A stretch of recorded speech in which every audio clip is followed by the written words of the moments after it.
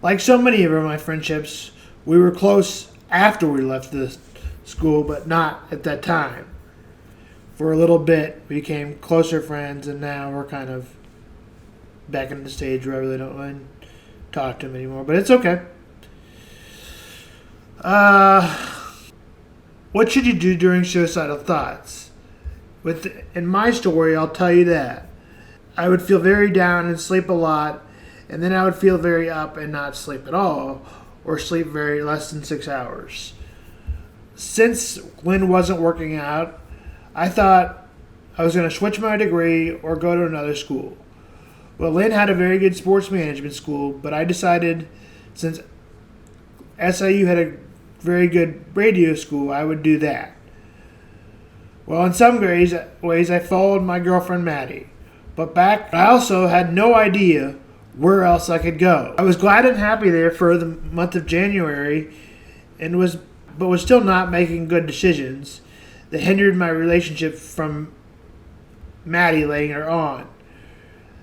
The few things that I do remember that were bad decisions was running through a speeding train to get to the other side of the train tracks. And by March, my decision making had become even worse. And then me and my girlfriend broke up. And that was a lot of doing by me.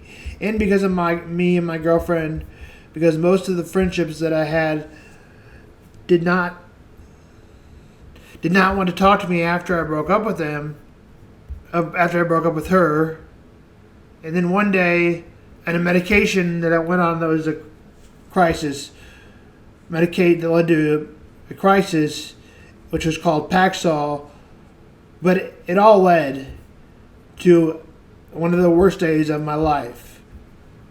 And probably would have led anybody to a crisis, although I don't know. I still think the medicine was the main culprit. But let's listen on to what happened. I was on a new med that I was allergic to that made me called Paxil that I was allergic to. In all reality, because so much that was going on, I perceived he threatened me. I perceived that he could hurt me, even though he really couldn't. And then one of my friends encouraged me to go to the police station. So that's exactly what I did. Probably not a good idea. And I was on a mood stabilizer that made it worse, as we said. Breaking up with my girlfriend. Seeing your best friend that won't talk to you because of you're trying to figure out your sexual orientation. A person threatening you over Facebook. My reality was that he was going to hurt me. In all likelihood, he couldn't. But one of my friends encouraged me to go to the police station. Hadn't slept for more than 5 or 6 hours for about 6 to 7 weeks. All because of a fake relationship with somebody else. I was also had big problems with my girlfriend, and we were broken up, as I said. It was one of my first psychosis, first on breakup psychosis. Although not as worse as the first, I wish I would have gotten more help looking back at it. And the next day, I had a test. One of the hardest tests that I probably would have ever taken in my life. 2 chapters into one test. It was one of the lowest parts of my life. I called my parents and sister and told them that I was suicidal. After they talked me out of not being able to hurt myself, I went home. I went to a safe home. And at some points in my life, when I feel anxious and not okay, I wish that could have happened because I was still able to take my meds. I can kind of think of the last couple days that I was like, I need to go someplace safe. And although I believe my parents' house is safe, it's not a total secure place where I feel totally safe all the time. I would go back to the hospital next time in August.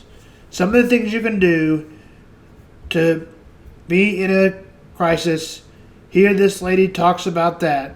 Call 998, check yourself into a hospital, make sure you secure the weapons and have no access to them if they are in a safe. Make sure your meds are secured, and if somebody can manage your med bottles so you can't take the bottles and hinder your life, go do that. Just try to make sure they are only on the first floor if there's a place they can jump from. Gather a plan so that you know, a crisis plan so that you know where to go if you need help.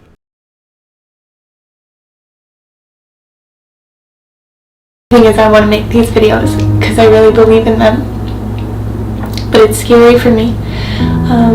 So last year, some of you guys know that I struggled a lot with depression, and I kind of was off and on. I made a video about it and you can watch it, but towards the end of the year it got a lot worse, and we came to the States for a wedding. Our friends were getting married and Sean was doing the wedding and Eloise was the flower girl, and it was a really great time, but I could feel that I was getting worse, that my depression was getting worse, and at that point I felt like I had done everything I could do to feel better, and it just wasn't working. And both of my parents have struggled with depression, my mom's family a lot, and my dad's family too, and there's been suicide in my family, and I was raised by two moms, my mom's a lesbian, and so even my other mom has struggled with depression too, and so when I started to open up with my family more about how bad I was doing, people were concerned for me, and so I went to the doctor and I asked if I could be put on an antidepressant. And it didn't really work. I felt like maybe it was working in the beginning. I had hope it would work. Just so you know, I've been on one before, like back when I was 18. I was on one for a while and then I felt better and so I wasn't on it anymore.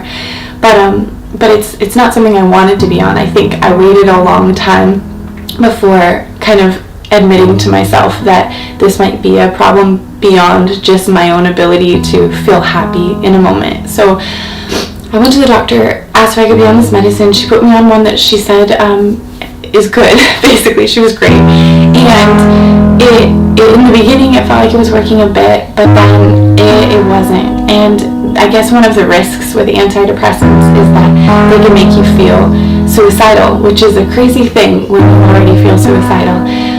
But that's what happened for me. And so we were in the States here. So we live in Spain, for those of you who might be new to my channel. And we were in the States and decided to spend Christmas here to make sure I could be healthy, because it didn't feel right to go back to Spain with me being kind of the way I was. And yeah, it was a good decision. My mood got worse. My kind of inner darkness that I was experiencing got darker and heavier. And I'm sorry.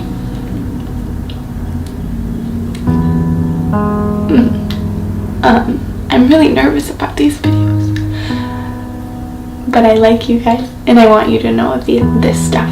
And anyway, it got worse basically, and it got to a point where I knew that I wanted to die, and I knew that I couldn't live this low and pretend I was okay. And I was really scared for Eloise, that eventually she'd grow up to learn that her smiley, happy mom was actually a really sad mom. And I thought it would maybe be better for her to just not have one and to have her happy dad who's actually happy. He's great. So I was pretty broken, and I knew I was broken, and I was still taking the medication. So it got to the point where I opened up to Sean and to our sister-in-law, who's a doctor, and told her how bad I was doing, and told her that I had plans, that I knew how I would do it if I actually had the courage to do it. And that was kind of the end. That was when we knew this isn't okay, and I'm not going to be okay just trying to live like this. And